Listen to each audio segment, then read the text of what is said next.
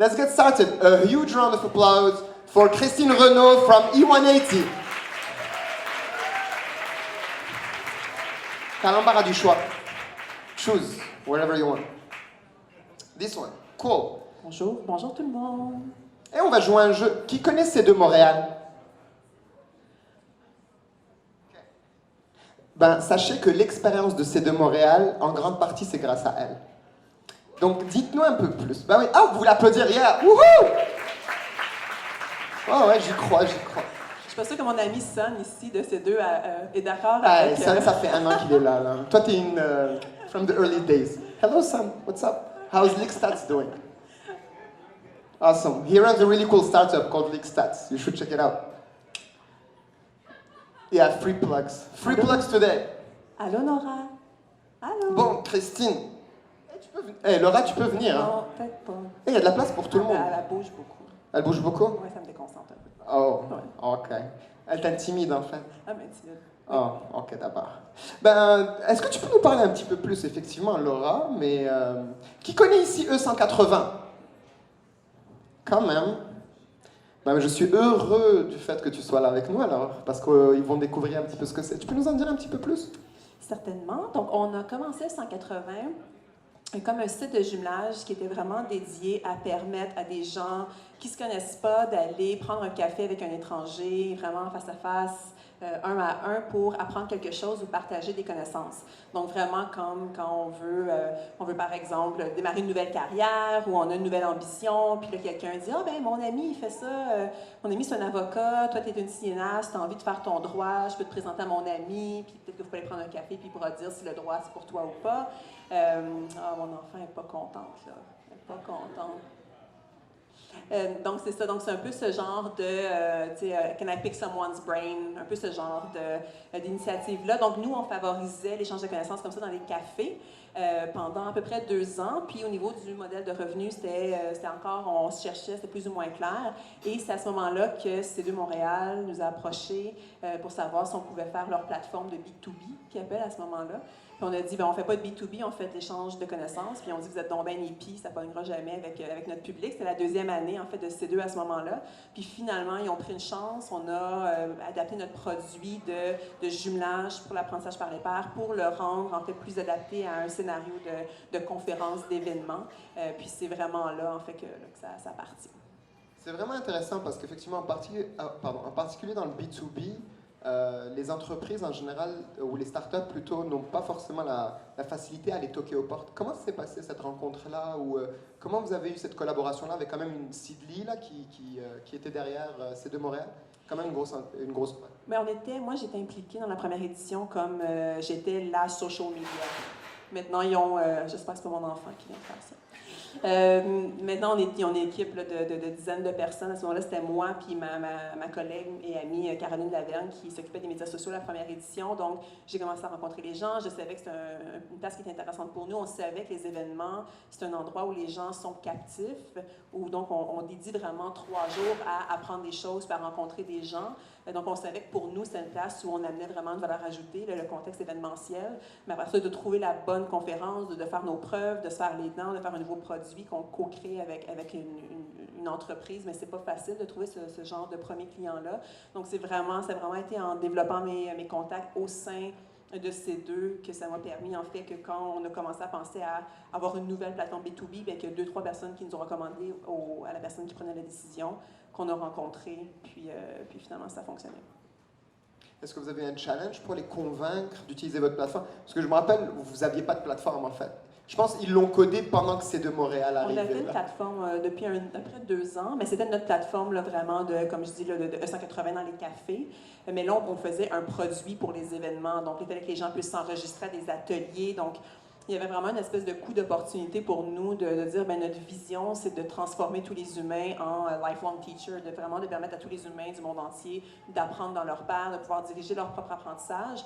Puis là, il faut qu'on fasse un peu le trade-off de dire, bien là, il faut qu'on développe des fonctionnalités pour les événements, pour les conférences. Est-ce qu'on est prêt à faire cet investissement-là, en fait, qui va rapporter ou pas?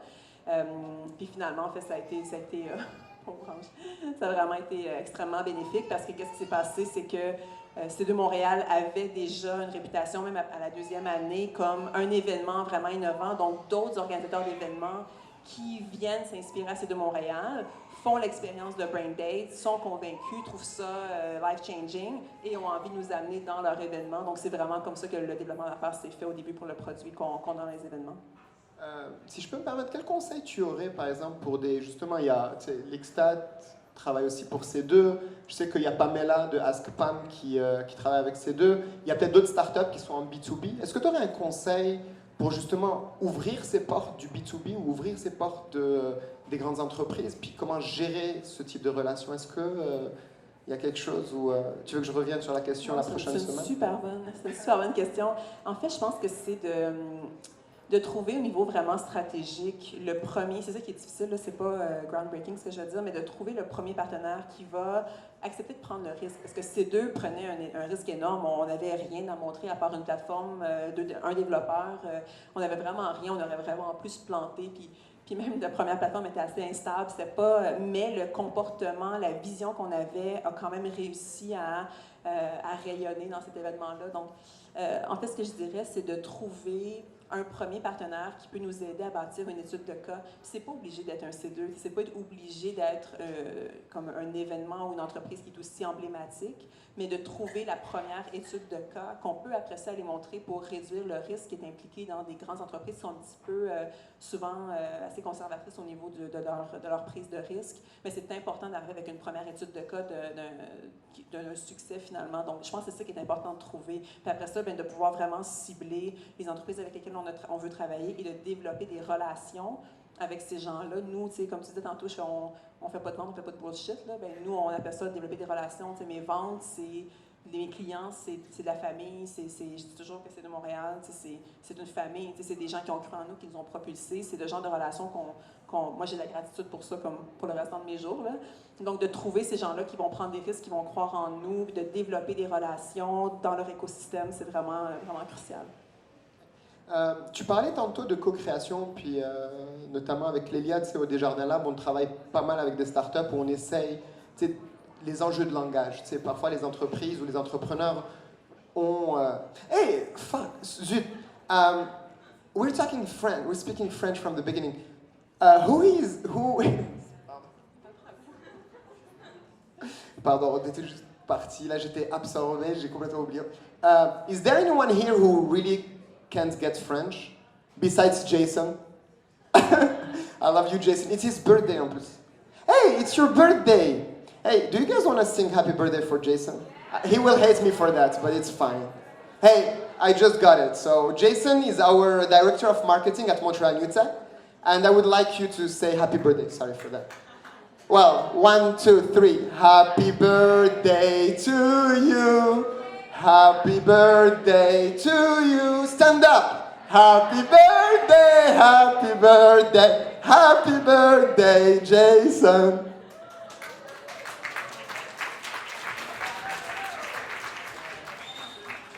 Okay, sorry for that. That was like the commercial break, but it's happy birthday break, so sorry about that. Okay, so again, who here just speaks English? Qui parle juste le français? Juste le français? Qui parle juste le français?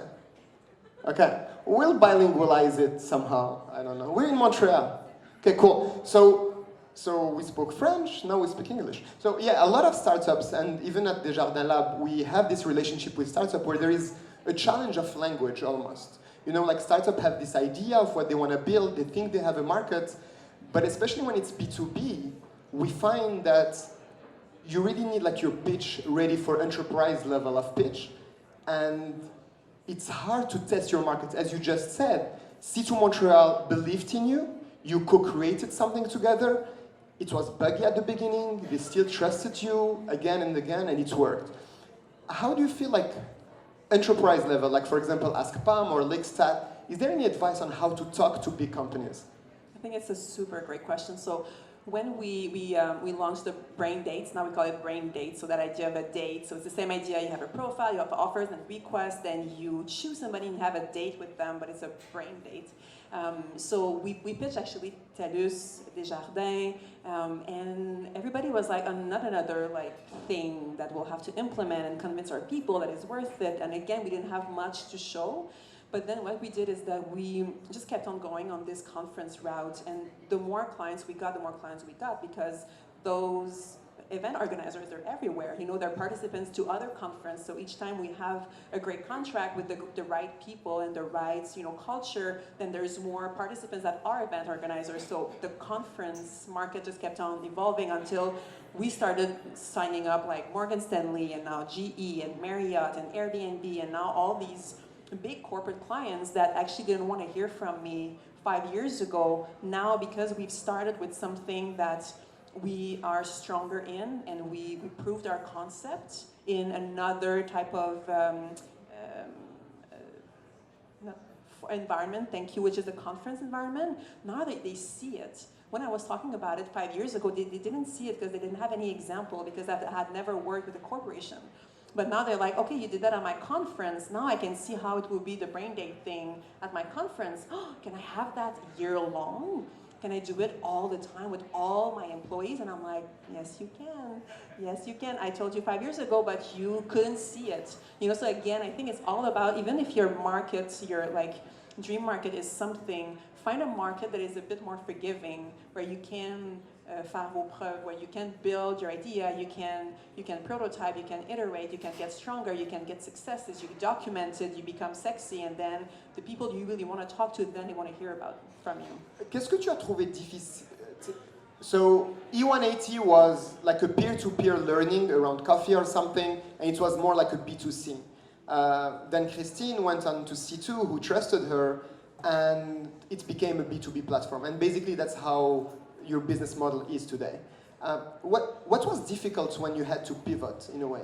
Did you find anything really the thing tough? is that we never really pivoted, because we're still talking about people learning from each other, people sharing knowledge, meaningful conversation, changing lives, impact. And there was a point when we were talking to clients and people were like, yeah, that's great, I can use it in my trade show. And I was like, what are people gonna do with it? Where are they gonna sell their cassin? And I was like, that's not what we do, but I really need your $25,000. Maybe we should do it, you know? But then you spend so much time serving people that actually are not fostering your mission. You know, we always say we're a double impact, double bottom line company, so we think about impact and profit in everything we do. But there were some clients where we were completely letting go of the impact thing because we didn't feel we had to fight to talk about learning and to talk about, you know, meaningful relationship and love. You know, now in my sales pitch, I talk about love, you know, and you know what happens is that the right people are coming to us. And we're working with Airbnb, they talk about love and hosting and welcoming people and culture and diversity, and that's the right clients, you know. So in terms of pivoting, we changed the market, but we didn't change the mission, actually. And that's what makes us unique in that sphere, because right now everybody wants to do a networking app, but there is nothing at the core of that relationship. It's like networking, but you don't network to network, you network for something else, and we bring the learning at the core of that relationship, and that's what makes us unique.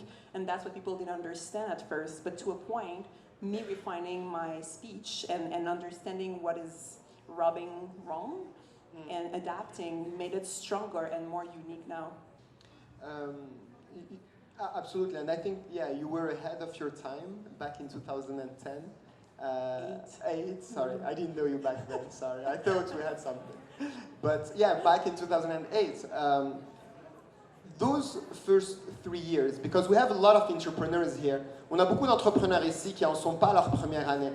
Puis, on va dire que les médias, souvent, the media highlight the overnight success, you know, like the Facebook of the world, and like, you drop out of college, and after like 8 months, you already have like your $10 million investment. You spent maybe 3 or even 4 years before finding your product market fit, before finding like people who would trust you. What did you find really hard between 2008 and 2011, and what kept you going? Sorry for the questions. I really think it's super cliche, but I have this kind of curse of I cannot imagine stopping.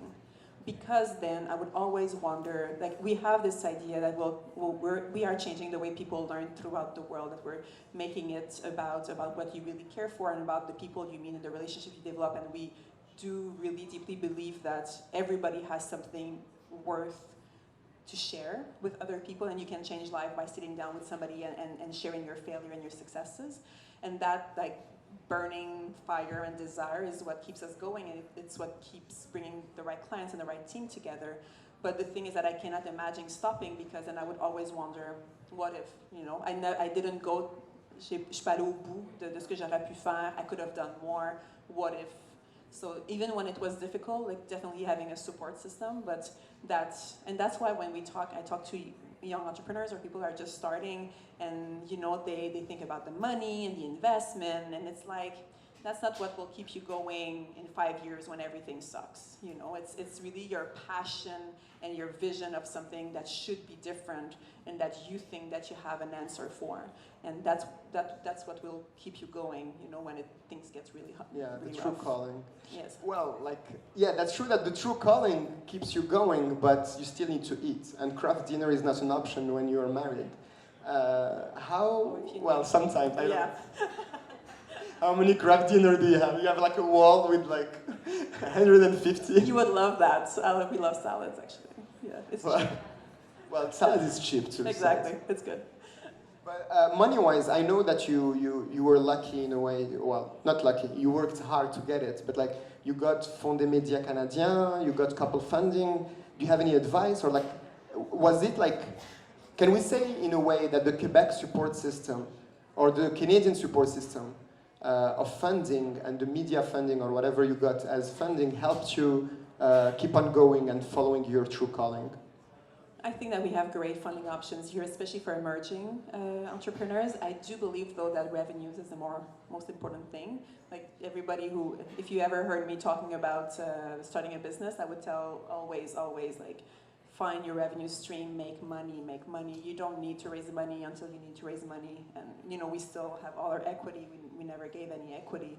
And that's something that I'm really proud of. But, you know, sometimes it almost jeopardizes the company, because sometimes, you know, you cannot pay your people and cash flow is rough. And, like, these things happen. But to be really focusing on having a strong product and services that you can actually sell that people want, it's still that getting money for the service and product that you offer is still the best proof of concept, you know. So that's definitely, and we know that's so important. And I don't think we talk about revenues enough. Like we talk about investment and how to be sexy for VCs, and it's how you have to be sexy for your customers and people who will love you and buy and pay your payroll. Yeah. Last question before maybe opening it to the floor. You started with C2, but today, like, brain dating is happening everywhere. And you talked about like how Airbnb, your values and your mission kind of like resonated with theirs.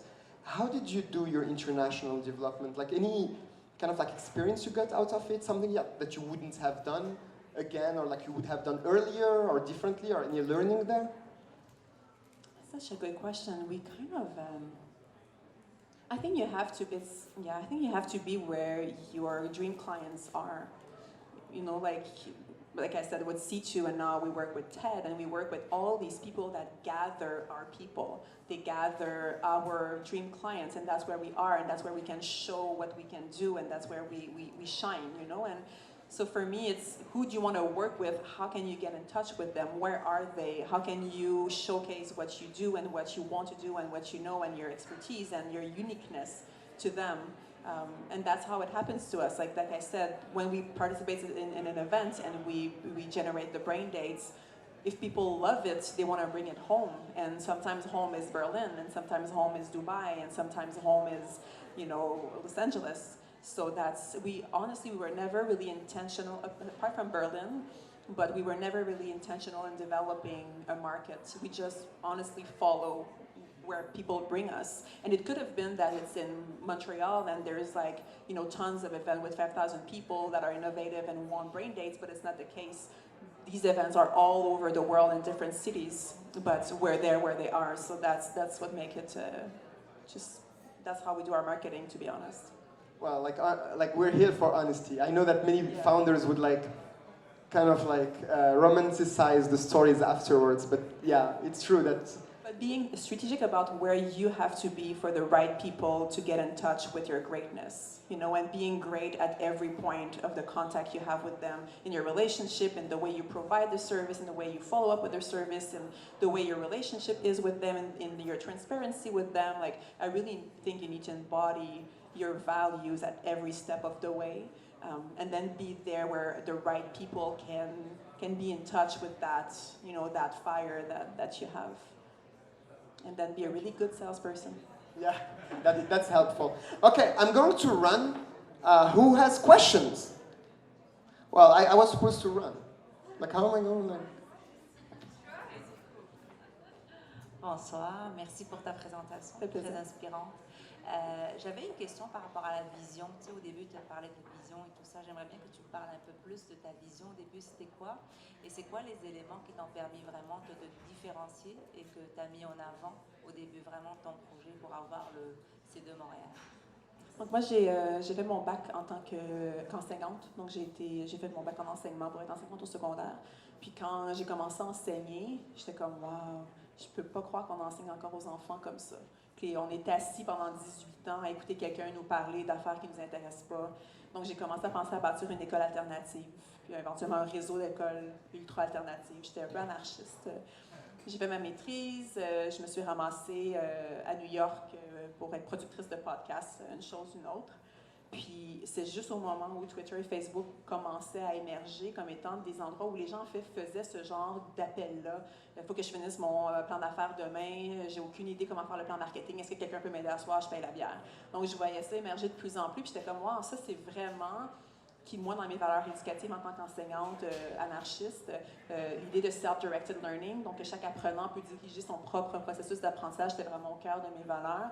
Puis l'idée que le monde devrait être ton terrain de jeu en tant qu'apprenant, que tu aies 5 ans ou que tu en aies 35. Donc j'ai vraiment vu dans le média social, en fait, une plateforme pour scaler, en fait, cette idée-là que tout le monde peut apprendre les uns des autres et tout le monde devrait être en mesure de diriger son propre apprentissage. Donc aujourd'hui, à 180, on pense encore à bâtir un réseau d'écoles. On a fait des brain days dans une école à Dubaï où tous les enfants de 14 ans, les bureaux étaient tournés, les enfants apprenaient les uns des autres. Donc, c'est la même vision, c'est juste que le marché s'est un petit peu étendu. J'ai vraiment commencé avec les enfants pour me rendre compte que même dans les corporations, dans les événements, on est encore assis en fucking rangée pendant des heures de temps dans le noir. C'est vraiment quelque chose d'extraordinaire. Puis, c'est là qu'avec C2, il y a eu une chimie. C2 a peut-être commencé comme ça, mais dès l'année 2, l'année 3, c'était d'explorer comment est-ce qu'on peut réinventer l'expérience d'apprentissage collectif. Puis c'est là que nous, on s'est super bien insérés au niveau de la mission. Donc, on a encore la même mission, ça n'a pas changé du tout. Oui, en anglais, on dit Unlock Human Greatness by having people discuss with each other. C'est vraiment encore ce qu'on fait, puis qu'on veut faire même dans les écoles rapidement. Next question was here, but you're third, I promise, I swear to God. Bonsoir Christine, merci pour cette belle présentation. Je te suis depuis, j'aimerais dire depuis le début, mais presque, puis je trouve ça vraiment cool ce que tu fais. Donc I180, c'est une plateforme basée sur l'apprentissage des uns des autres. C'est aussi une plateforme technologique. Donc la technologie, c'est quand même au cœur de ce que vous faites. Est-ce que, à travers l'apprentissage et la technologie, quelle est ta position sur le digital literacy? Est-ce que c'est quelque chose que I180 a à cœur? Est-ce que c'est un concern que vous avez? Est-ce que vous avez des objectifs à ce niveau-là? C'est une super bonne question. Moi, personnellement, je suis cofondatrice de Technovation Montréal aussi, donc qui est le programme là, pour aider les jeunes filles à développer une première application qui résout un problème dans leur communauté, bâtir un plan d'affaires. Au niveau, moi, de la littératie, on n'a pas d'agenda, disons, d'éducation à la littératie digitale. Par contre, on veut être un citoyen digital qui soit responsable. Donc, ça, c'est quelque chose qui nous tient vraiment à cœur au niveau d'accessibilité. Donc, à différents niveaux. Donc, c'est plus comme ça que je le vois, c'est en étant, comme tu le disais, d'utiliser comme femme les technologies pour promouvoir une transformation sociale. Puis en fait, on a commencé avec des papiers, puis des comment on dit ça, des boards, où les gens écrivaient offres et demandes, puis on connectait les gens, on appelait ça des marchés des savoirs. Puis la technologie est venue supporter, dans le fond, le changement d'échelle de ce comportement-là. Avec 5000 personnes, avec des crayons, ça ne fonctionne plus. Donc pour moi, il reste que la technologie, mais ça reste un outil très puissant de transformation sociale. Puis c'est comme ça qu'on s'implique en raise awareness pour cette idée-là de dire, ben la technologie, ça peut être en fait un outil, c'est pas nécessairement une fin en soi. Puis les femmes et les jeunes devraient être des acteurs aussi de production de la chose digitale. Donc, je te dirais que c'est un peu notre contribution à cet égard-là. Okay. D'autres questions? But I promised. Of course, just you. Oh, so sweet. Thank you so much for this presentation. I didn't know about the company before, but I signed up for it right away. Very good idea. As you said, your background is education. I'm sure you had this great idea, but maybe you lacked like the technical background to make it happen. So how did you manage to create this platform, and now you have an app, without actually knowing how to code? I'm sure it's very expensive to have an app, and so many entrepreneurs now have that problem. They don't know if they should invest in making an app or not. So how did you manage to have your platform online? That's a little bit what Elias was saying earlier. There are things that are luck as an entrepreneur, and it's not fun to say, because I would love to say do this and then you'll get what you need to develop the product you want. But I had the idea in 2008 and I found my co-founder in 2010. So we were training together for a marathon. He was a friend of a friend, and he was doing matchmaking algorithms for dating sites. He was like, I do on Amazon, if you liked a book, you like another book, that I do that, but for human beings. And I was like, oh my God, here he is.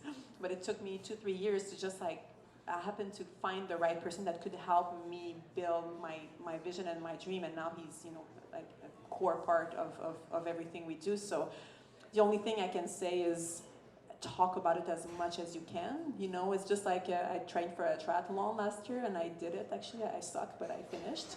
But I talked about it so much that now I was accountable to all these people. And I'm like, oh, I have really to do it now because they all think I will do it, So I think if you have something you want to achieve, but you lack something, I would say come to meetings like that, or also go outside of meetings like that in other places where maybe, you wouldn't think about going, but just talk about it and diversify your network, and then hopefully, the universe will send it your way. But for real, just the more you talk about it, the more chances you have that somebody will recommend the right person, or whatever you're looking for to you.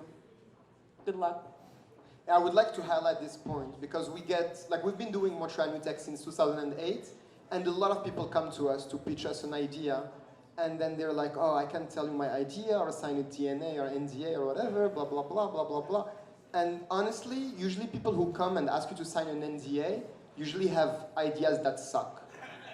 I'm serious. And I think what Christine is highlighting, c'est que parlez de vos idées, parlez de vos idées, parlez de vos idées. If anything, you'll find the right partner, comme Christine, and the people who can steal your idea are already busy. People who can't steal and who will try to steal, they just suck. And they are not as passionate about it as you are. So keep that in mind and really share your ideas. It took a while with E180. I was in all those tech meetup stuff for 3 years, oh my God, this girl again, she hasn't built anything, she's just talking, but to a point it came. And so that's why it kind of comes back to the idea of when things are rough, when it sucks, when somebody is sick in your family, when you get pregnant, what will keep you going still? It has to be something you're really passionate about, because it will take a while. It's a good chance it will take a while for it to take off the way you want, So it's important to keep at it, to really believe in it, and talk about it as much as you can. Yeah. Christine, just sorry, I'm going to interrupt. I suck. My team hates me because I keep interrupting. Tu dois partir à 7h30, hein? Ils sont partis? Oh shit. She comes from. Okay.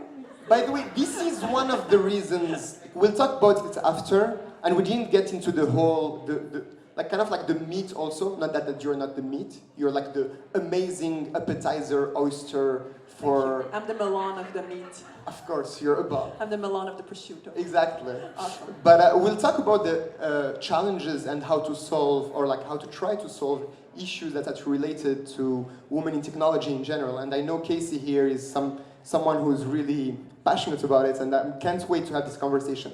But I wanted to ask, are you staying for a little bit more? Comme 45, 7h45? Ish. Okay, one last question, then we'll start the panel because I want to dive into these points, and it's at the heart of what we care about, and especially today. So I don't want, like, we can talk for freaking 10 hours about this. Fantastic presentation and idea for concept. I just wanted to know, because it also helps us create a sense of community. Too many times we have large reorgs, we have large corporations, people come in, they're new, they don't know who to see. I know for myself, if I would be in a large corporation and I had your app that would be branded, let's say, with the corporate app along with yourselves, and do a brain date with somebody internal to the corporation, it helps to create a sense of community. Have you looked at that branch as well? Yeah, we're going there, so it's interesting because we started in community, wanted to help anybody learn from each other. Then we went to the conferences, and then we started doing, like, for example, Morgan Stanley's internal development event, like I was saying, and then they're like, wow, this is great, we could bring it back to our daily practices. Yeah. So we wanted to be launching a new product in May at C2 Montreal, and we wanted to then open it back to the community, but with a new model, because what we've seen is that we're all so busy all the time that just doing brain days whenever, you don't think about it, and the risk is really high. You know, you might not spend time with your daughter and then go to a coffee shop and then the person doesn't show up. You know, so what we're thinking about is to bring back the idea of event, but on a smaller scale, where you have one, what we call brain jam for now. So you have one brain jam a month in a community, such as this one, for instance. So that's the model we'll bring to corporations. We'll help corporations to have virtual and physical brain dates once a month during an event, because even in corporations, the idea of like, it's 2 o'clock on the afternoon on Tuesday morning, a Tuesday afternoon, why don't have a brain date with somebody? Nobody thinks about it because we're all too busy. So the idea of even creating this kind of sacred moment where you can learn from each other is a way to develop that kind of new behavior in a way that you're used to. You're used to having a networking event. You're used to having, you know, a group of people that you have to meet up with on a Thursday afternoon. So we're bringing the idea of brain dates in corporations, but still with the idea of having smaller monthly, brain dating events.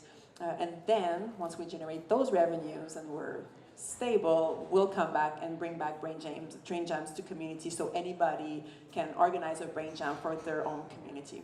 Right. So we're just postponing a little bit our coming back to community work, which is something we're really excited about.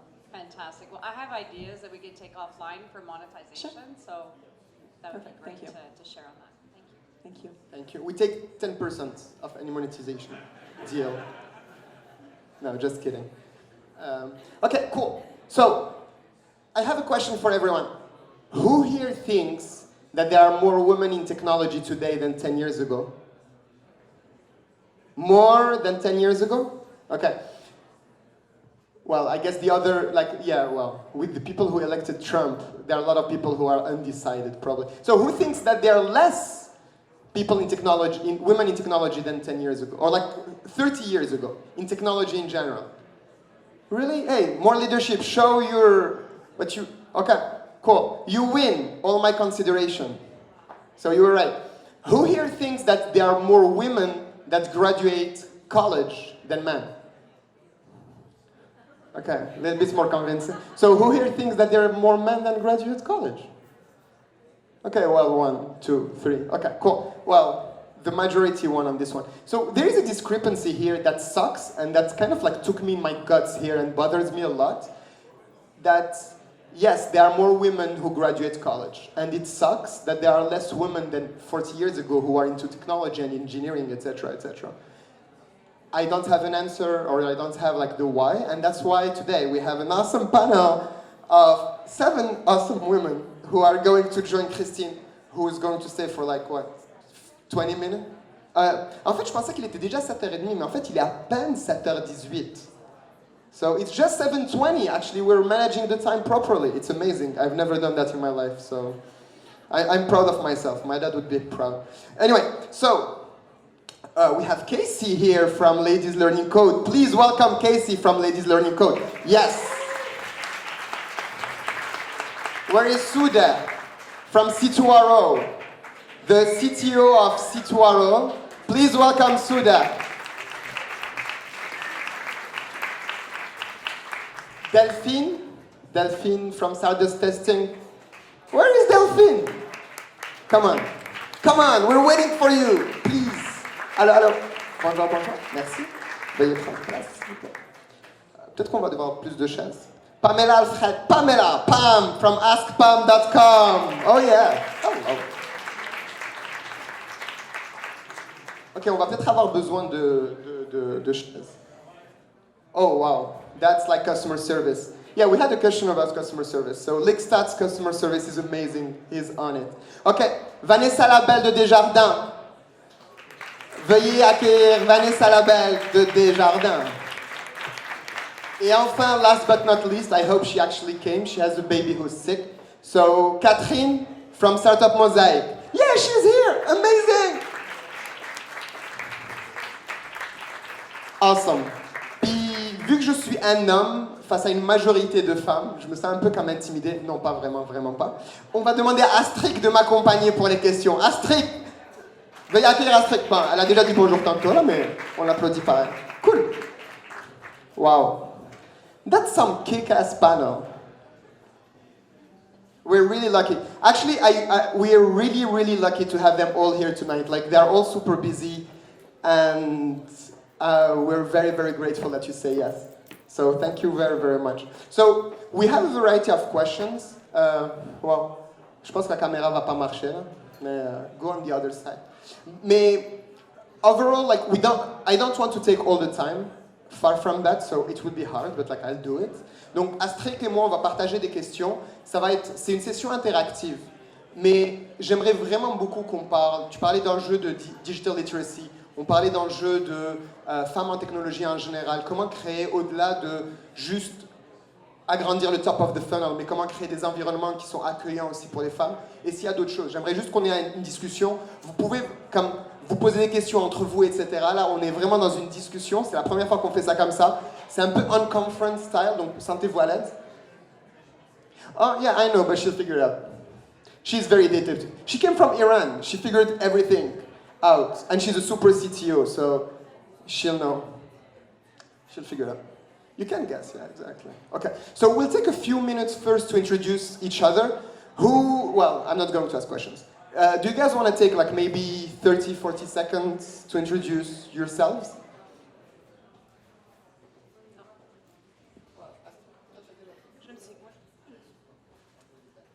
Bonsoir tout le monde, merci pour l'organisation de la super soirée.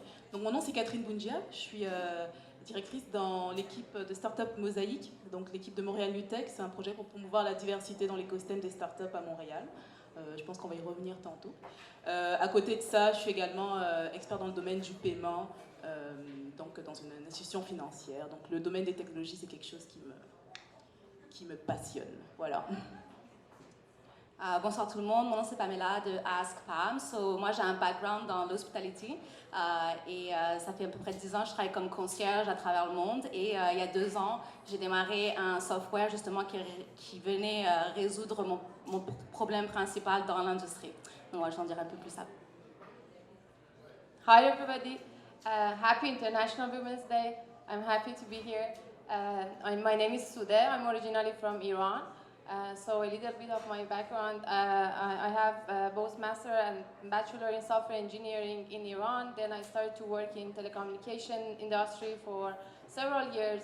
Then I decided to work in maybe a state-of-the-art technology. So I kind of moved to Vienna to do my PhD in cloud computing. Afterwards, I've been always passionate about entrepreneurship. So I found Tandem Launch, that is a Montreal-based incubator, probably you all are familiar with. Then I came here and I co-founded C2RO, a cloud-based software robotics startup, and we had our seed funding in October, $500,000, and now I'm the CTO and co-founder of this startup. Bonsoir, mon nom est Cassie, je suis développeuse web et développeuse de projets indépendants, mais je suis surtout connue pour mon implication auprès de Ladies Learning Code, qui est un non-profit qui vient de Toronto. Nous sommes présents dans 29 villes canadiennes et nous organisons des ateliers dédiés aux femmes et à la jeunesse pour les initier à la programmation web. Bonsoir, je suis Delphine Guyot-Gillère. Je suis originaire de France. J'ai créé il y a 6 ans la société Testardust. Notre métier, c'est de valider le bon fonctionnement de tous les types de projets digitaux. Et il y a 4 ans, je suis venue m'installer ici pour développer notre activité au Canada et plus particulièrement à Montréal. Bonsoir, je suis, je crois, la outsider. Donc, je travaille chez Desjardins. Mon nom est Vanessa. Je travaille sur le leadership au féminin, donc les femmes chez Desjardins au niveau des cadres supérieurs dans les conseils d'administration. J'ai plus le volet en lien avec la gestion. Pour faire le lien avec toute cette belle diversité. Cool, merci. J'aimerais que Christine parle rapidement de Technovation. Je sais que tu as glissé un mot tantôt, mais si tu peux en parler 30 secondes. C'est un petit peu un modèle similaire. En fait, c'est Technovation Challenge a été fondé dans la vallée. L'idée, en fait, c'est d'associer des équipes de jeunes filles avec des mentors pour les aider à identifier un problème dans leur communauté et développer une application mobile qui va répondre aux problèmes dans leur communauté et de développer aussi un plan d'affaires qui est en lien avec cette application-là. Puis on a envoyé en fait une première équipe en finale mondiale l'année passée à San Francisco. Donc c'était vraiment un super beau succès des jeunes filles de 11 et 12 ans qui ont fait une application pour réduire le gaspillage alimentaire. Donc c'était vraiment un beau succès. C'est Stéphanie, je crois, qui est fondatrice aussi. Elias. Parfait. Merci, Christine. Alors, pour une première question, vous êtes toutes des femmes vous êtes toutes dans un domaine qui est très, très masculin encore. Donc, on parle d'innovation, de technologie. Est-ce que le fait d'être une femme, vous le concevez comme étant une force ou une faiblesse? On aimerait ça vous entendre là-dessus. So if being a woman in a very man-driven world, like innovation and technology, is it a strength or is it a weakness? Donc définitivement une force. Comme je disais tantôt, je travaille dans le domaine du paiement, qui est un domaine qui est dans le domaine financier qui est vraiment très bouleversé en ce moment. Il y a beaucoup de nouveaux acteurs qui rentrent en jeu, beaucoup de technologies disruptives et on se rend compte que les règles établies sont en train d'être changées. Donc ça emmène un peu à redéfinir des nouveaux modèles économiques. On a aussi des aspects... il faut repenser le modèle économique, penser plus consommateur, plus responsable, plus environnement. Et je pense que définitivement, avoir des femmes dans ce milieu va aider à amener des solutions innovantes et créatives. Pour moi, c'est vraiment... c'est certain. Là, avoir des femmes, ça va nous aider à faire des solutions plus innovantes. I'm just going to say one word, so apparently it's a weakness, but my first employee is a woman, and she's a developer, and since she started with us, I was able to get another vision on how to develop technology. My co-founder is amazing, but it's really good to have the opinion of a woman challenging another man on how to develop technology, because I don't have this background, so it's definitely a strength, and I'm still wondering why when I send a job offer, I have almost 0 women applying for the job, so yeah. So yeah, let's piggyback on this question. Why do you think that there are 0 women who apply to a job? We had the same issue at Montreal New Tech for director versus team leader versus volunteer position. Je dois dire que les femmes en technologie, on est peu nombreuses. À la base, nous sommes peu nombreuses et il y a un grand problème au niveau de la façon dont les offres sont présentées, la culture d'entreprise, et puis donc de présenter l'ouverture qu'une compagnie mentionne qu'elle s'attend et qu'elle accueille il y a les applications des femmes, la façon dont elles présentent aussi les offres d'emploi. Donc, il y a un saying qui dit que les femmes appliquent généralement pas aux offres d'emploi à moins de correspondre entre 60 et 100% des critères. Alors que les hommes appliquent généralement aux postes qu'ils ont à partir du moment où ils ont 60% de critères et même moins, ils osent appliquer. Tandis que pour les femmes, c'est beaucoup plus difficile. C'est plus difficile de prendre des risques, souvent, dépendamment où est-ce qu'on en est dans notre carrière, ça a des implications sociales et tout. Donc, on pense aussi beaucoup à notre entourage dans notre carrière, dans les choix qu'on fait. Et puis, donc ça doit être pris en compte dans la façon dont on présente les emplois qui sont offerts. Je pense que c'est une réalité à laquelle l'industrie doit se coller davantage. Suda, I read your article. She wrote an article in the something post, whatever, Huffington Post. You said that in Iran there is like almost parity between people who like study or apply for jobs, and the question was like there is not enough women who apply or answer, like what Pam was saying, to a job. Like you went from Iran to here. Do you have any? In terms of education in Iran, hopefully, fortunately, we have like 70% of women in technology and science. That was, I mean, quite good. So in any classes that I had during my master or bachelor in software engineering, I didn't have this impression that I'm alone or I'm the minority. But when I moved to Europe, that is, more advanced country in my view, then in Vienna, I had some classes that among 60 students, I was the only woman in the room. So it was, for me, I didn't understand because I didn't used to this concept before. So one part that is like less women applied for the technical positions is because the education is the number of people that are graduated from technology majors or science majors is lower here. I mean Europe, North America, or these countries. But one of the other reasons that I see is that it's the confidence of women, in my view. Because I read somewhere that if there is a job description, and if a man sees the job description that is like 60%, for instance, match with the quality, the expertise that he has, he would apply for that job.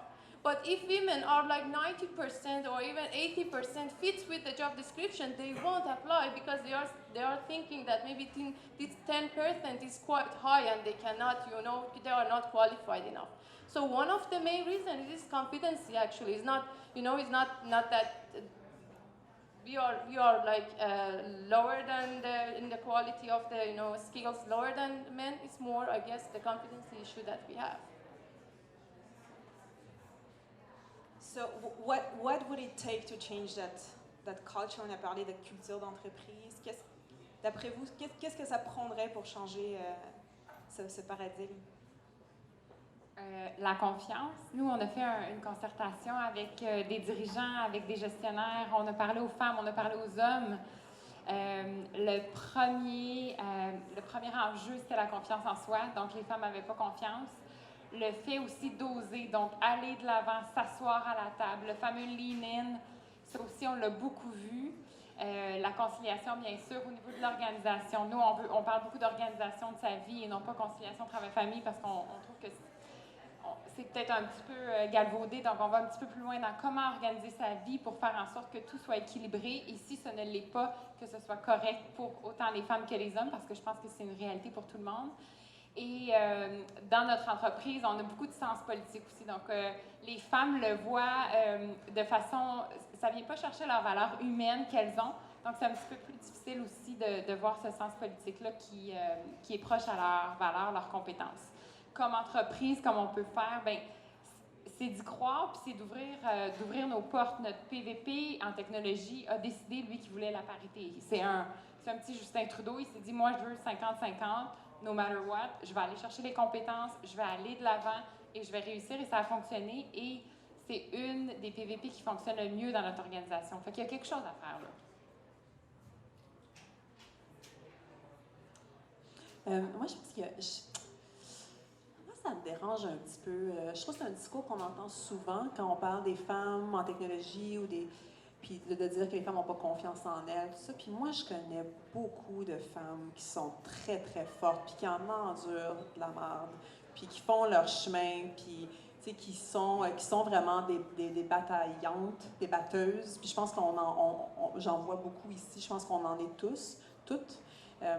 Je pense que pour moi, c'est une question aussi de diversité puis d'accueil de la diversité. Puis je trouve que c'est important de ne pas juste aller un peu victimiser les femmes puis de dire que bon, on est des petites bêtes, puis il faut faire attention pour créer des conditions, on va se sentir à l'aise, avoir confiance en nous. Je trouve qu'il faut aussi reconnaître que les femmes peuvent être fortes, puissantes, mais que dans certaines organisations, on ne gère pas bien la diversité en général, la diversité des genres, la diversité culturelle, la diversité des points de vue, qu'on ne reconnaît pas, qu'on ne valorise pas cette diversité-là, on est une équipe d'hommes blancs qui font un produit pour des hommes blancs, bien, c'est ça que ça va donner, ça va être un produit d'hommes blancs pour des hommes blancs avec un marché d'hommes blancs. Si on veut un produit, des services qui s'adressent à des gens qui ont une diversité à tous les égards, bien, il faut avoir cette diversité-là, il faut avoir cette voix-là, ces voix-là au sein de l'équipe, il faut valoriser ces voix-là, il faut les encourager, puis quand on voit que ces voix-là ne sont pas entendues, bien, il faut les faire ressortir. Puis pour moi, c'est une question plus de faire de la place pour la diversité, puis questionner nous-mêmes en tant qu'organisation comment est-ce qu'on fait cette place-là, puis comment on supporte la diversité, plus que de juste dire en fait que c'est pratiquement un problème de femmes parce que les femmes n'ont pas confiance en elles. Puis je sais que c'est pas ça que personne n'a voulu dire ici, mais je vais juste dire que c'est un peu le discours ambiant, puis je pense qu'il faut faire attention à cette dérive-là. Delphine, peut-être, on t'a pas entendu. Tu es dans un domaine qui est très surprenant pour une femme, les applications mobiles. Hein? En plus, tu as changé de pays, de la France à ici. Comment tu as vécu ça en tant que femme? Est-ce que tu as trouvé ça difficile? Je trouve ça plus facile ici qu'en France, je pense, en tant que femme. Même si je me suis jamais posé la question est-ce que c'est plus dur pour une femme que pour un homme. En tout cas, chez Stardust, c'est vrai que j'aimerais qu'on ait beaucoup plus de femmes que ça. Je rejoins vraiment ce que vous avez dit précédemment sur le fait que les CV que je reçois de femmes correspondent vraiment au poste que je recherche, alors que pour les hommes, je reçois des CV qui ne correspondent pas forcément. Donc ils tentent leur chance, alors que les femmes qui m'envoient leur candidature, qui nous envoient leur candidature, souvent collent parfaitement. Donc dès que j'ai l'opportunité d'en embaucher une, je le fais. J'aimerais en avoir beaucoup plus. J'aimerais qu'effectivement, il y ait beaucoup plus de personnes qui se spécialisent en assurance qualité, parce que oui, c'est des applications mobiles, des sites internet, mais vraiment reliés à l'assurance qualité, qui est un domaine effectivement non seulement nouveau, et puis qui reste souvent la dernière roue du carrosse, parce que on fait du développement, mais l'assurance qualité, c'est un métier qui est peu connu. Donc on essaie d'évangéliser le marché, aussi bien auprès des hommes que des femmes, mais c'est vrai que dès qu'on a l'opportunité d'embaucher des femmes, on va le faire. Donc, je pense, Pamela, tu avais Tu l'as mentionné, c'est juste que le fait maintenant qu'il y ait des femmes à la direction, comme qui prennent les décisions dans les compagnies technologiques, ça aide justement parce que moi, je suis plus enclin à prendre une femme. Et elle est plus enclin aussi à travailler avec nous parce que justement, il y a des femmes dans la compagnie. C'est pas juste une compagnie dirigée par des hommes. Donc, ça commence par nous à faire l'effort. Puis moi, je le fais. Puis honnêtement, ça fait une grosse différence en technologie. Voilà.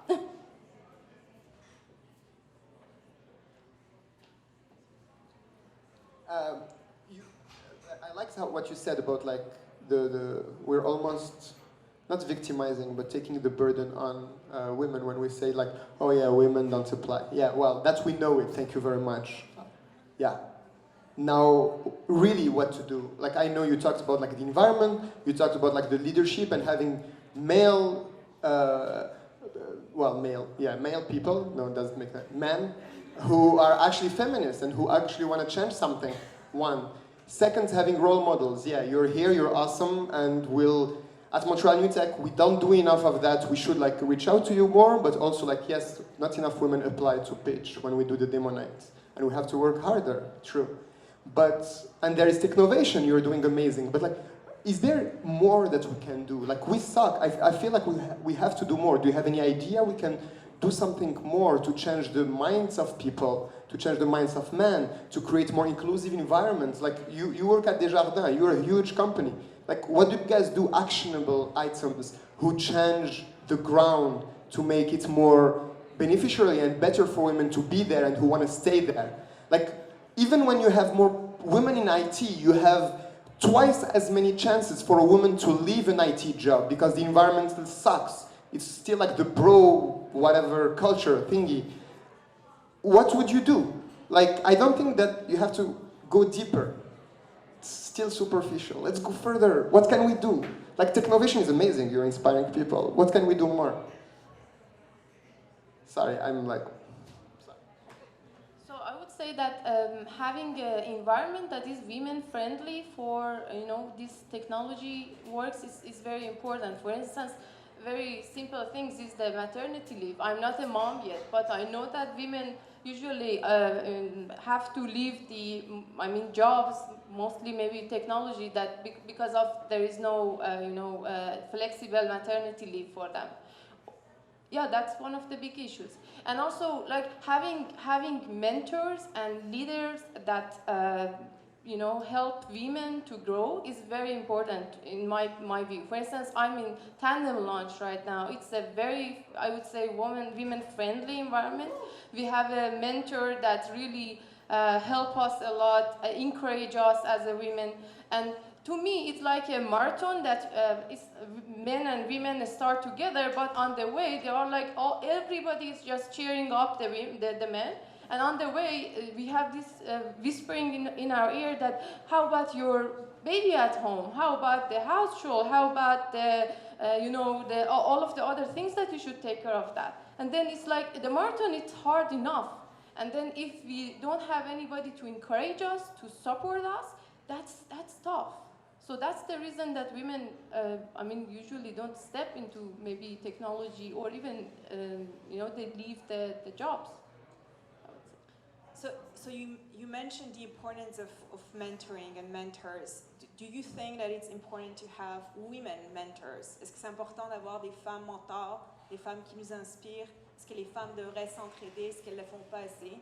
Should women help each other more?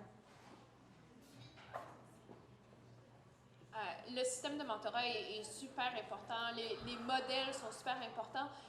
Je prendrai l'occasion de saluer Alex Ruot, qui est la développeuse de AskPam, qui est mentor et prof régulièrement pour Ladies Learning Code.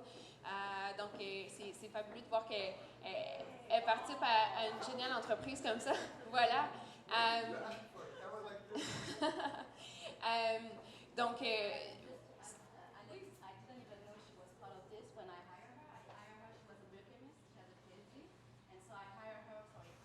from Decode Montreal, so she didn't have the background of like a tech person, but we just wanted to give her a chance, and she proved us that we did the right choice. And after I found out that she was a mentor as well, so. Oui, puis que Christine fasse part de Technovation, comme Stéphanie, je crois également. De voir des femmes s'impliquer dans l'industrie, participer, venir à des événements, prendre la parole, c'est super inspirant parce qu'on a tendance beaucoup à idéaliser le succès des gens.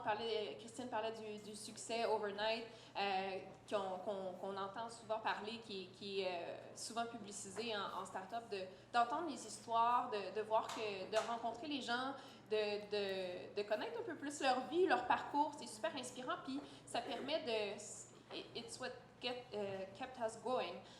Angélique Manella, lors de la roundtable qu'il y a eu à la Maison Notman pour les femmes en tech, voilà 2 semaines, je pense déjà, qui est VP Innovation à McGill, a beaucoup à cœur aussi l'entrepreneuriat auprès des femmes. Et puis elle dit que c'est super difficile de changer le système actuel. Donc c'est vraiment quadruplement important de soutenir l'entrepreneuriat féminin parce que ça nous permet de partir sur une nouvelle base.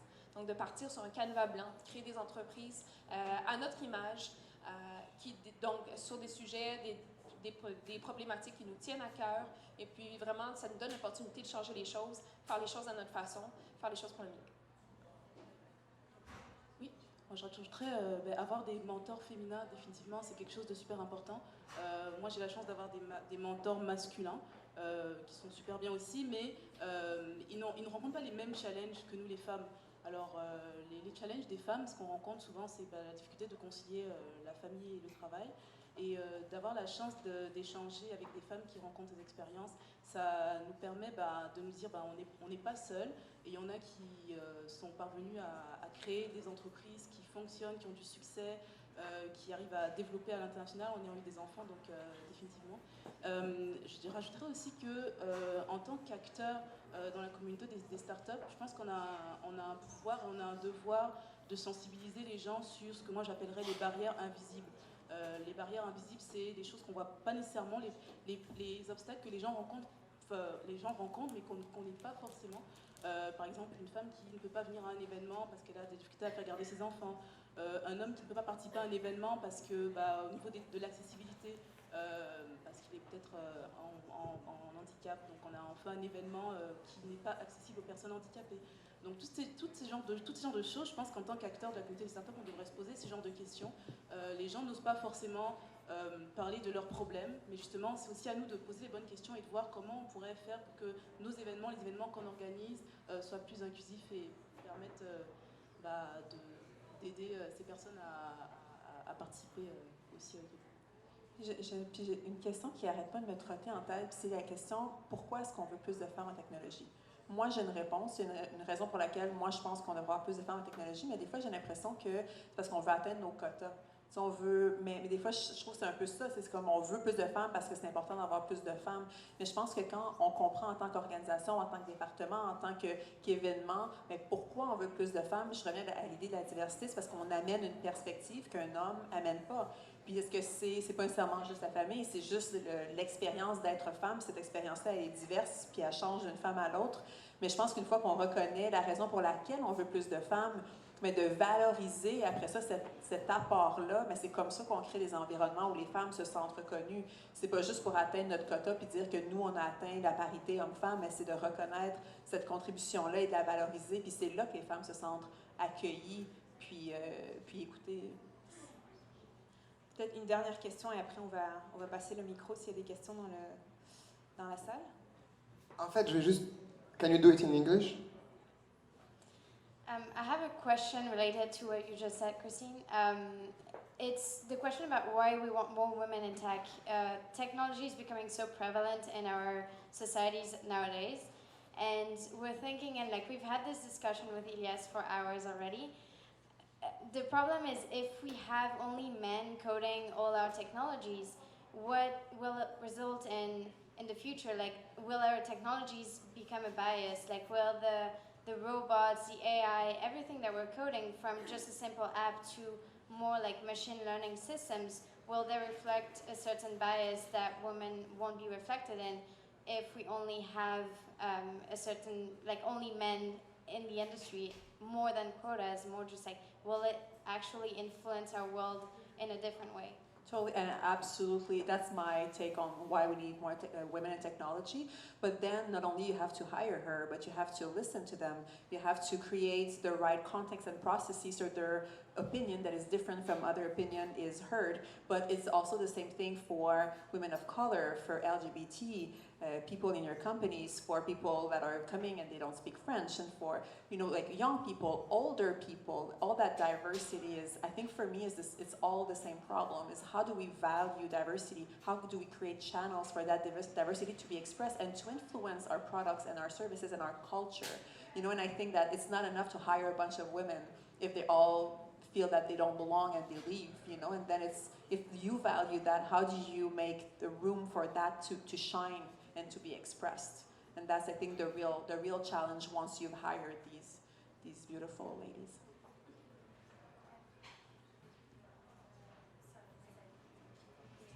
Yeah, exactly. Donc, chez Startup Mosaïque, justement, on veut encourager la diversité. On essaie de mettre en avant deux choses. Donc, premièrement, célébrer la diversité. Donc, parler des femmes qui font les startups aujourd'hui, qui font la communauté des startups, mettre en avant des rôles modèles, parce que on remarque souvent, les études montrent souvent que nous, les femmes, on a besoin d'avoir des exemples, des rôles modèles, des exemples réels dans la vraie vie, que ce soit dans la littérature, dans les médias, on a besoin de s'identifier à des femmes. Je vais pas parler des techs, mais on se rend compte par exemple que dans les émissions, les téléréalités ou les émissions, on met souvent beaucoup en avant les femmes médecins ou les femmes avocates. Donc, peut-être que si on mettait plus en avant aussi des femmes dans les textes, ça permettrait de s'aimer un peu des graines. Donc nous, chez Startup Mosaïque, on a ce projet de mettre en avant ça. Et également, on veut aussi s'attaquer aux barrières visibles. Et une des initiatives qu'on va prochainement lancer, c'est de mettre en place des espaces pour accueillir les parents d'enfants qui souhaitent venir avec leurs enfants, qui ne peuvent pas participer à des événements parce qu'ils ont des contraintes familiales.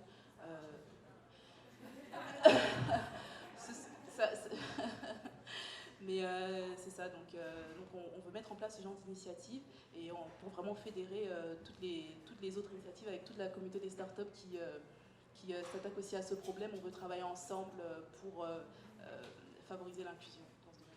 Okay, cool. It's 7:45. Are you okay staying a little bit more or are you leaving? Should I bring more wine? Like, see, I know how to talk to women. Yes. No, I'm just kidding. Actually, I'm a very bad host. We are a very bad host. Hey, Montreal New Tech, you didn't think of bringing wine earlier? Sorry. Okay, so if you're staying, we want this more intimate and like some people went to eat or whatever. So can we like bring people who are on the fringe here, and we'll make it more like a circle, because I realize that some people are looking and like, I don't want you to break your neck, so we'll just like move it a little bit like this, more like a circle, so like it's here, from here, nobody behind me here, like get closer. We like close circles, we like a family. Oh, yeah, I know. Okay, hey Steph, here, come on. Come on, it's just for you, and you even have like a bottle of wine waiting for you with 20 glasses, so you can drink all the wine. Okay, cool. That's better. Sorry. So we'll take questions? Yes. Yes. Sorry, I will start with the man. Sorry. It's Women's Day, we start with the man. I'm sure... What? Positively sexist on a Women's Day? No, because you asked a question before. I'm for diversity of opinions. Thanks. Yeah, so you mentioned maternity leave before, which is pretty standard. I think we have to think out of the box, because maternity leave is just temporary. We need to look at like things like flex time or being able to work from home, because you know, you go back to work, you still have young kids. So, and that of course doesn't just benefit women, you know, young mothers or fathers. Like, I think more and more millennials almost expect that with a job these days. But my question is actually about university and like taking STEM. Do you find that there's any disadvantages with women? Do you think it starts early, like at that level, or the level where you're moving from graduating to getting your first job in the world?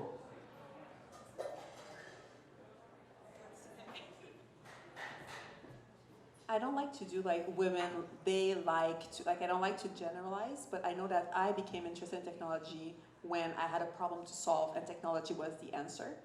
So I think that's something that could be interesting for anybody in STEMs and for women also, is to you know, showcase how technology can be used to solve problems. I think, you know, my engineer friends love solving problems, and I think women also love to solve problems. So I think for me that's a kind of a thread that we can explore to see how we can make technologies more relevant for women, is just to, like, again, showcase these models of women that are using technology to solve great problems and to improve people's lives and to have an impact. I don't know if all women are impact driven, but I know that a lot of humans are impact driven, and I think to show the impact of technology, I think is a really powerful way of getting people interested. We need to make technology more sexy. Like, if I knew what technology, yeah. No, but if I knew like what I could do with technology, I think I wouldn't have done business management, but definitely I would have learned tech if I knew. I didn't. So we need to make technology more sexy. In my opinion, I think we need to have more role modeling technology for women. So it's not that technology is not appealing enough for women. It's more that they don't see that it's a suitable fit for them.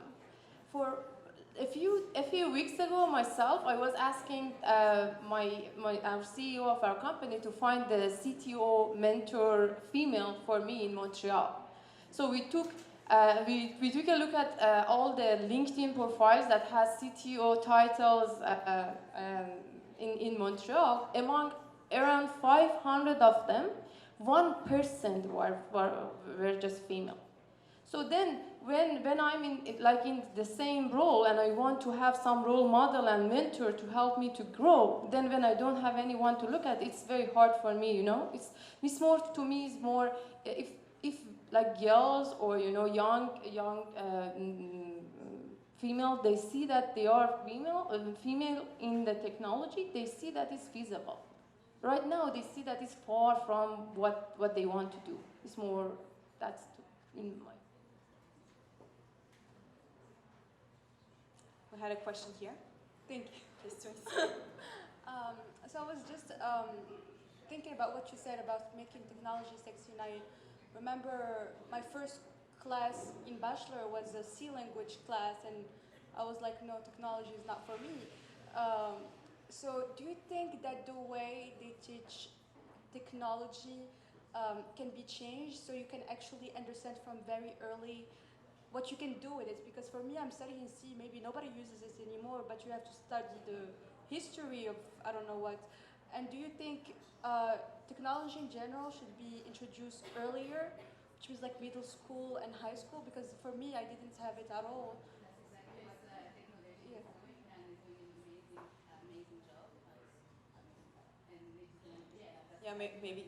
Maybe Cassie, tu peux prendre la question.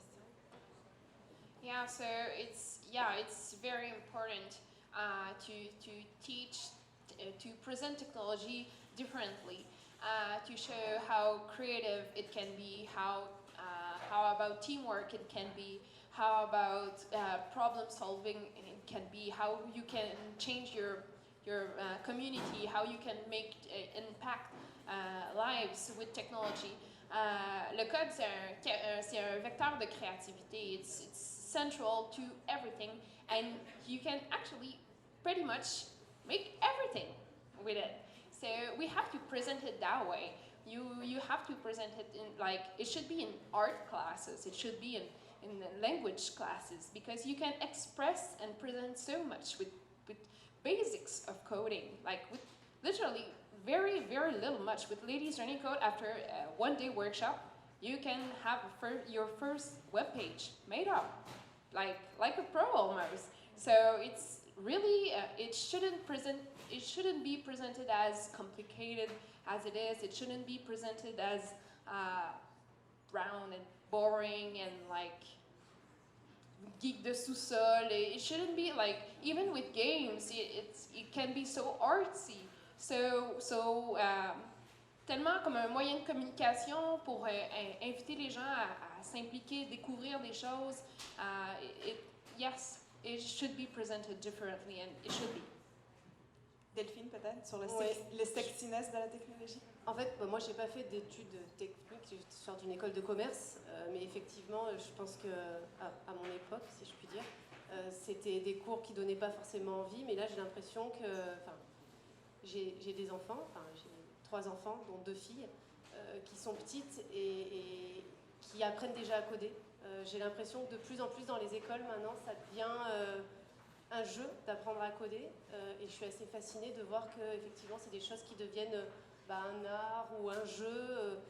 Donc j'ai bon espoir qu'effectivement, l'accès à ces nouvelles technologies se fasse de plus en plus jeune, peu importe filles, garçons, mais qu'en tout cas, ça donne vraiment un vrai attrait à nos enfants pour plus tard, justement, et que justement des filles qui ont appris assez tôt à se familiariser avec ces technologies-là puissent plus facilement postuler et prendre confiance en elles pour postuler à des postes comme ça.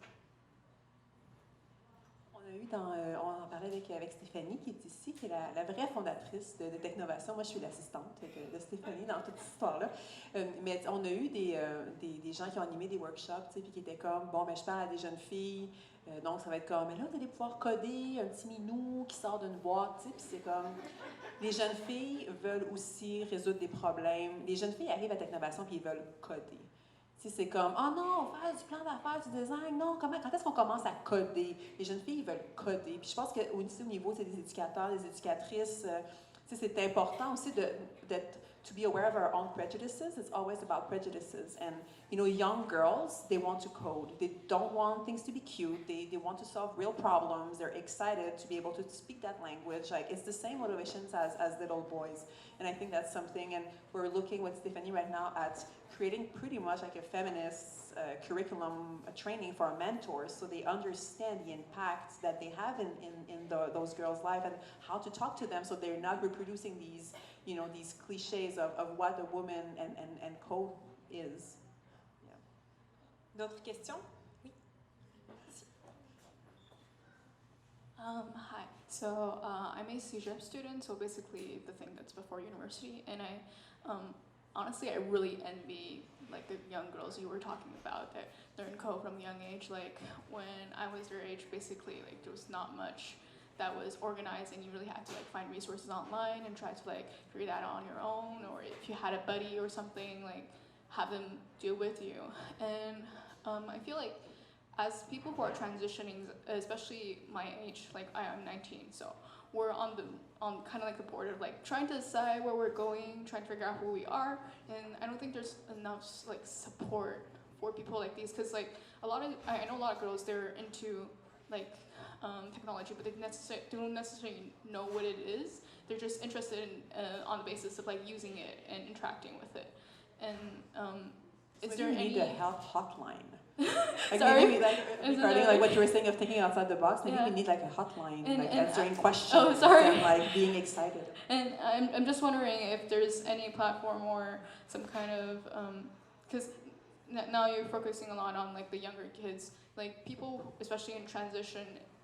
What are some tools that we can utilize to like really figure out what we want to do later, or like introduce a friend or something to, because I don't have any female friends who are like anywhere interested in technology. I'm also an art student, so that doesn't help. But yeah,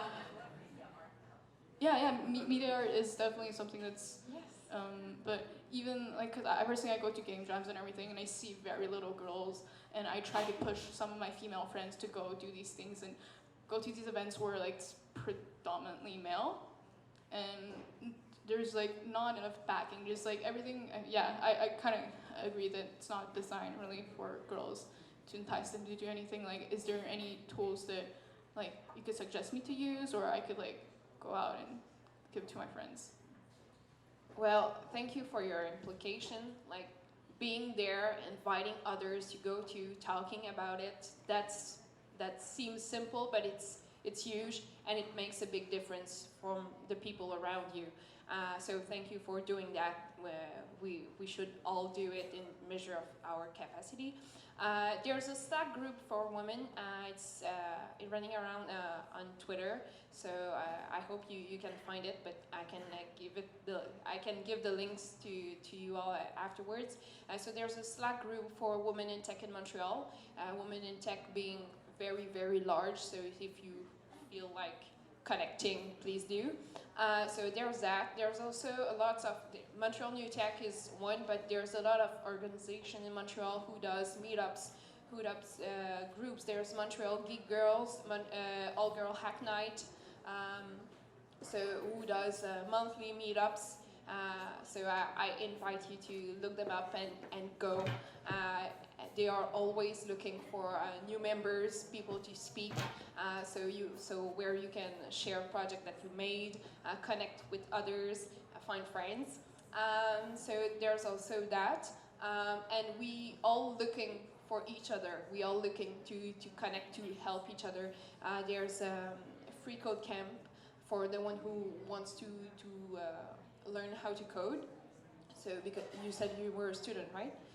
So there's also that, and it's a big community. They do coffee and code regularly. So even if you're not doing the free code curriculum, you can bring your laptop and code with others there.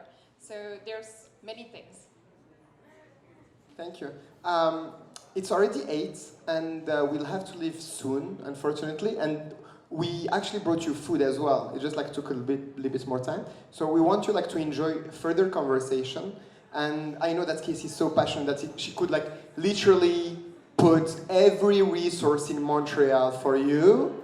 And I'm very grateful. She's a super knowledgeable person, whether it's Christine, Casey, they've been involved in the community for a very long time. So if you have questions and you want to know more, obviously, we are very lucky we have a variety on the panel. And thank you, like, we don't have an entrepreneur boat, we have an awesome intrapreneur at Desjardins who is doing amazing to promote this. I have just like one question maybe, and then we can network and further the discussion.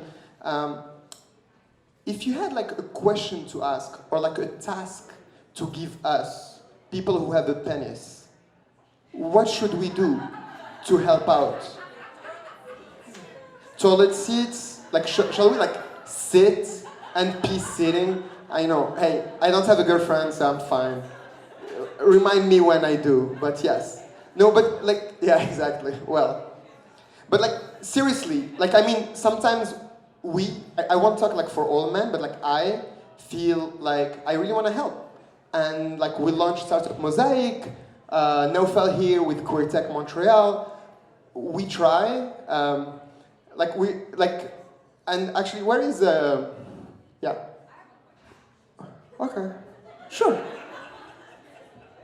So we have all these great theories, right? And you ask men, how can we change and how can we remove these labels? We have all these great initiatives, but how do we remove the label of the golden skirt? Does anybody know what the golden skirt is? The blue and the golden one? The golden skirt comes back to what she was saying, is that we have these quotas of women that are hired, that are in these boards of directors, that are on these committees, that have been hired. I worked at Desjardins, I love them, they're an absolutely amazing employer. I'm just saying, there's all these great initiatives, right? So we have all this great wave of women, of all these amazing people, but how do we remove the label of the golden skirt on the equivalency of the male side who see this wave coming in? How do they deal with this influx of all this new information, of all this new karma that comes into their workspace? How do we get them on board and get them to feel comfortable with our presence? Wow. I'm fucking comfortable with your presence, by the way. And I think like half of the people here who are here tonight are. But if there is an advice, but yeah, I mean, maybe one or two answers, nobody wants to answer. See, that kind of question? Now we finish on it like nobody wants to answer. Okay, who in the crowd wants to answer or whatever? Oh, see, here.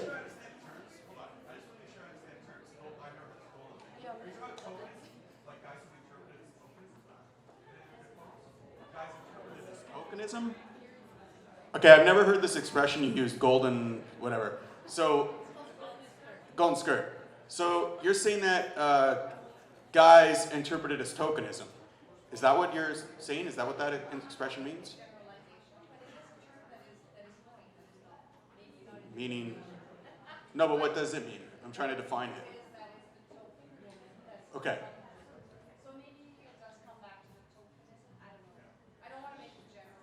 Okay, I'm lost. Yeah. I thought like I kind of like understood what was going on.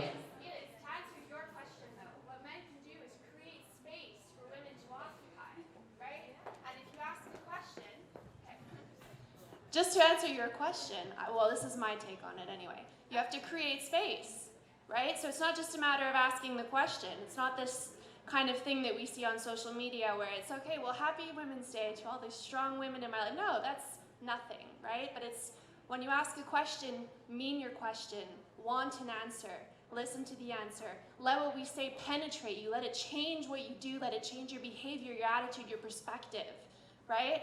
We talk a lot about male allies, and male allies are so important, but the only way that you can be an effective ally is if you listen, take a back seat, and really listen, I think. Wow. Merci. Can we have coffee and discuss that further?